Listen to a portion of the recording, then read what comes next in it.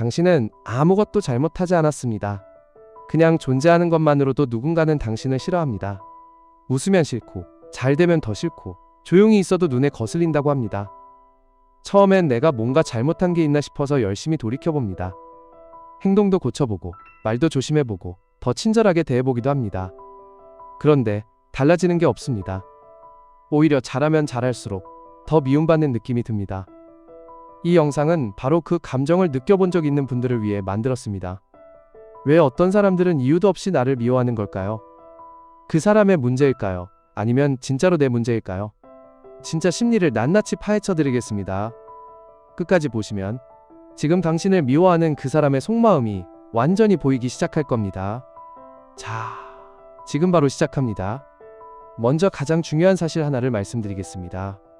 이유 없이 누군가를 미워하는 사람은 사실 존재하지 않습니다. 단지 그 이유가 당신에게 있는 게 아닐 뿐입니다. 그 이유는 전적으로 그 사람 내면에 있습니다. 이게 무슨 말인지 지금부터 천천히 설명해 드리겠습니다. 심리학에서는 이런 현상을 설명할 때 투사라는 개념을 자주 사용합니다. 투사란 자기 자신이 가지고 있는 감정이나 욕구를 다른 사람에게 덮어씌우는 심리작용입니다. 쉽게 말하면 자기 안에 있는 부정적인 것을 남한테서 보이는 것처럼 느끼는 겁니다. 예를 들어 볼게요. 스스로 게으른 사람이 있습니다. 그런데 그 사람은 자신이 게으르다는 걸 인정하기 싫습니다.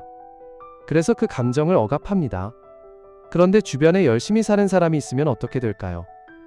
그 사람을 볼 때마다 자신이 억압해놓은 감정이 자꾸 자극됩니다. 그래서 이유도 모른 채 그 사람이 싫어집니다. 이게 바로 이유 없는 미움의 첫 번째 정체입니다. 당신이 열심히 살고 있다는 것, 당신이 밝고 긍정적이라는 것, 당신이 무언가를 잘한다는 것, 이것들이 상대방의 내면에 있는 열등감과 부끄러움을 자꾸 건드리는 겁니다. 당신은 아무것도 안 했지만 당신의 존재 자체가 그 사람의 내면을 흔들어 놓습니다. 그래서 그 사람은 당신이 싫어지는 겁니다. 이걸 이해하는 순간 당신은 더 이상 억울하지 않을 수 있습니다. 그 미움은 당신에 대한 이야기가 아니기 때문입니다. 이제 두 번째 심리 메커니즘으로 넘어가겠습니다. 심리학자 레온 페스팅거가 제안한 사회 비교 이론이라는 게 있습니다. 인간은 본능적으로 자신을 다른 사람과 비교합니다. 이건 나쁜 게 아닙니다. 인간이라면 누구나 하는 자연스러운 행동입니다. 그런데 문제는 비교를 통해 자신이 뒤처진다고 느낄 때 발생합니다. 이때 사람들은 두 가지 방향 중 하나를 선택합니다. 첫 번째는 자신을 발전시켜서 그 격차를 줄이는 것입니다. 두 번째는 상대방을 깎아내려서 심리적으로 격차를 좁히는 것입니다. 건강한 사람은 첫 번째를 선택합니다. 그런데 자존감이 낮고 내면이 불안한 사람은 두 번째를 선택합니다. 당신을 이유 없이 미워하는 사람들의 상당수가 바로 이 패턴에 해당합니다. 당신을 미워함으로써 심리적으로 당신보다 우위에 서려는 무의식적인 시도입니다.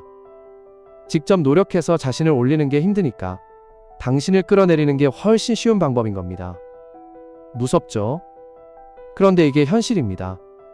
당신을 미워하는 사람은 사실 당신보다 못하다고 느끼기 때문에 미워하는 경우가 굉장히 많습니다. 이 사실을 알고 나면 그 사람의 미움이 다르게 보이기 시작합니다.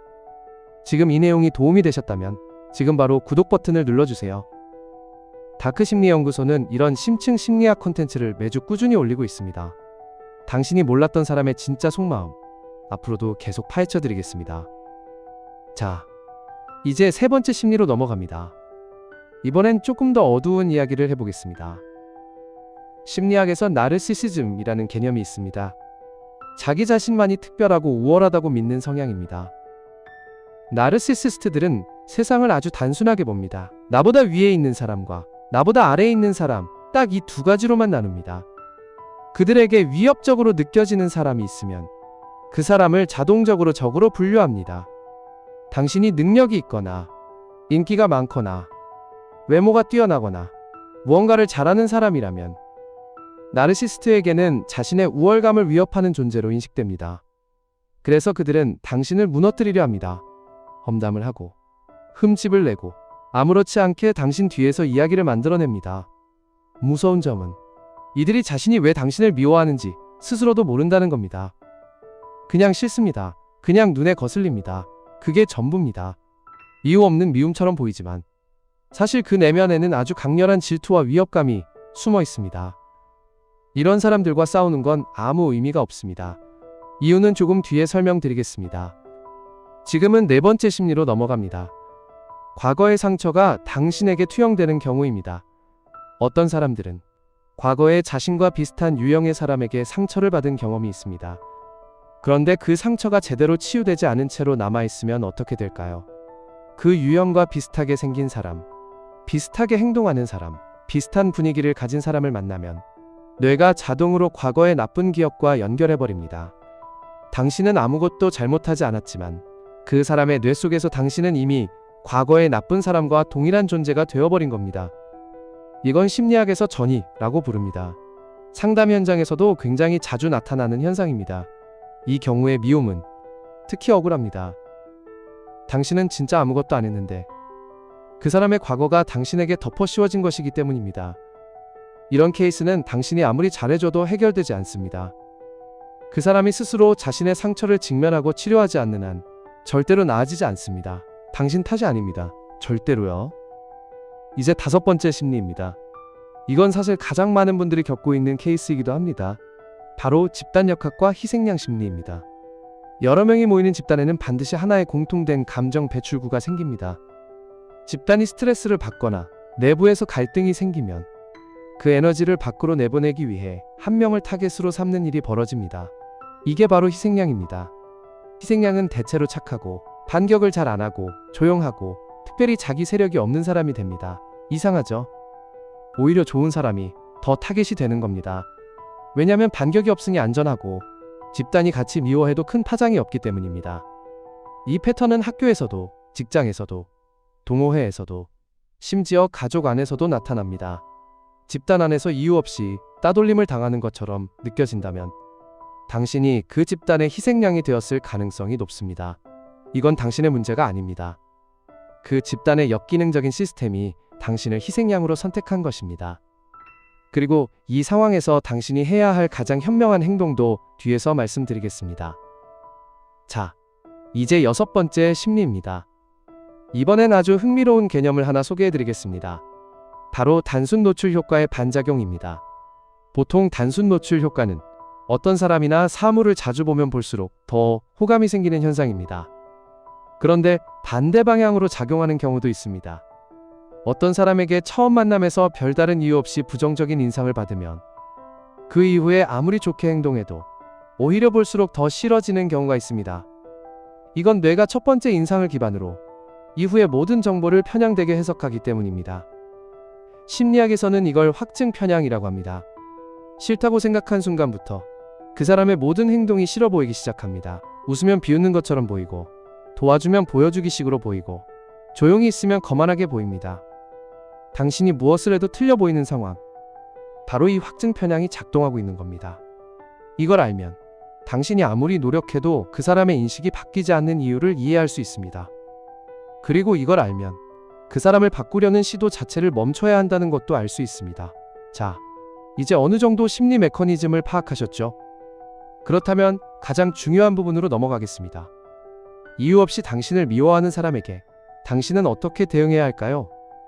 지금부터 드리는 내용은 심리학적으로 검증된 가장 효과적인 대응 전략입니다. 첫 번째 전략은 감정적으로 반응하지 않는 것입니다. 이유 없이 당신을 미워하는 사람이 가장 원하는 것이 뭔지 아십니까? 당신이 무너지는 겁니다. 당신이 상처받아서 반응하는 겁니다. 그게 그들에게는 만족감을 줍니다. 당신이 화내거나 눈물을 흘리거나 어떻게든 반응을 보이면 그 사람은 당신에게 영향력을 행사하고 있다는 것을 확인하게 됩니다. 그래서 더합니다. 반대로 당신이 무감각하게 반응하면 어떻게 될까요? 그들은 점점 흥미를 잃습니다. 당신을 미워하는 것에서 더 이상 아무런 보상도 얻을 수 없으니까요. 심리학에서는 이것을 속어라고 합니다. 강화가 없는 행동은 자연스럽게 줄어들고 사라집니다. 당신의 무반응이 그들의 행동을 속어시키는 가장 강력한 무기입니다. 두 번째 전략은 경계선을 명확히 긋는 것입니다. 많은 분들이 미움받을까봐 두려워서 경계를 긋지 못합니다. 그런데 역설적이게도 경계를 긋지 않는 사람이 더 많이 미움받습니다. 경계선이 없는 사람은 심리적으로 약하고 통제하기 쉬운 상대로 인식되기 때문입니다. 명확하게 이건 괜찮고 이건 괜찮지 않다는 신호를 보낼 때 그 사람은 당신을 함부로 대할 수 없다는 것을 인식하게 됩니다. 경계선은 싸우는 게 아닙니다.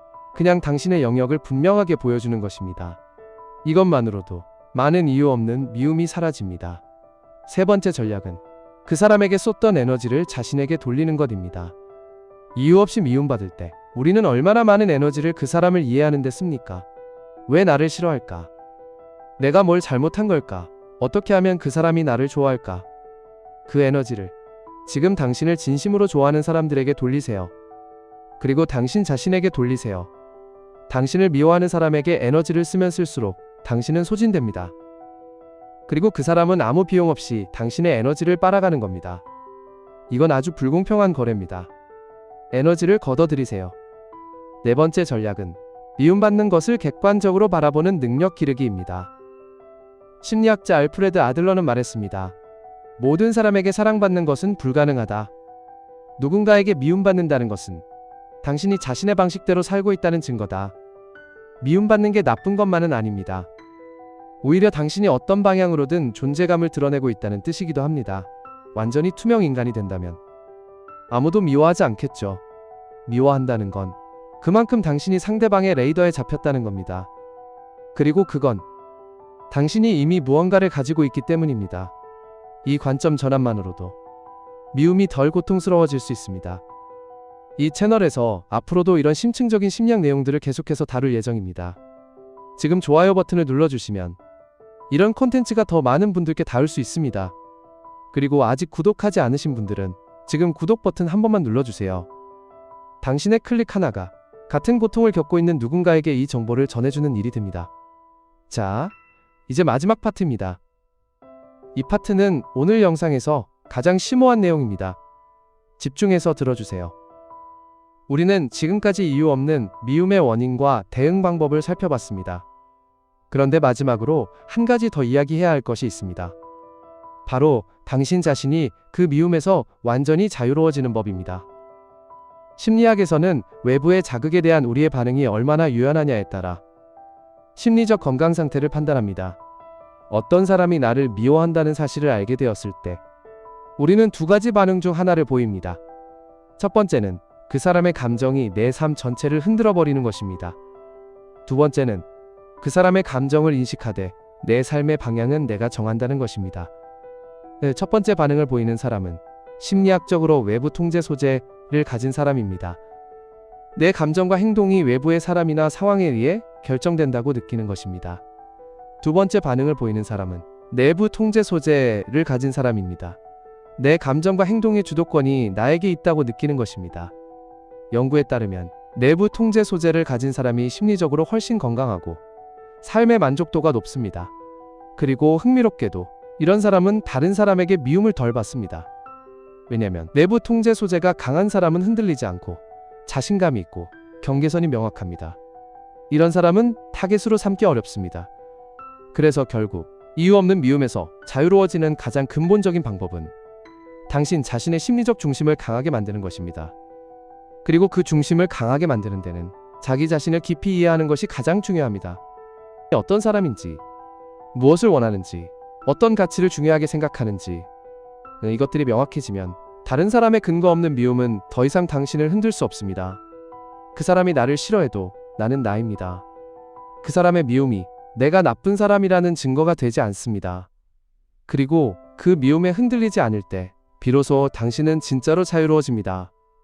오늘 이 영상에서 배운 것을 정리해드리겠습니다. 이유 없는 미움의 실제 원인은 투사심리입니다. 상대방이 자신 내면의 부정적인 감정을 당신에게 덮어씌우는 것입니다.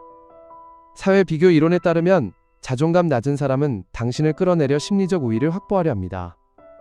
나르시시스트는 자신의 우월감을 위협하는 존재를 본능적으로 공격합니다. 과거의 상처가 당신에게 투영되는 전이 현상이 일어날 수 있습니다.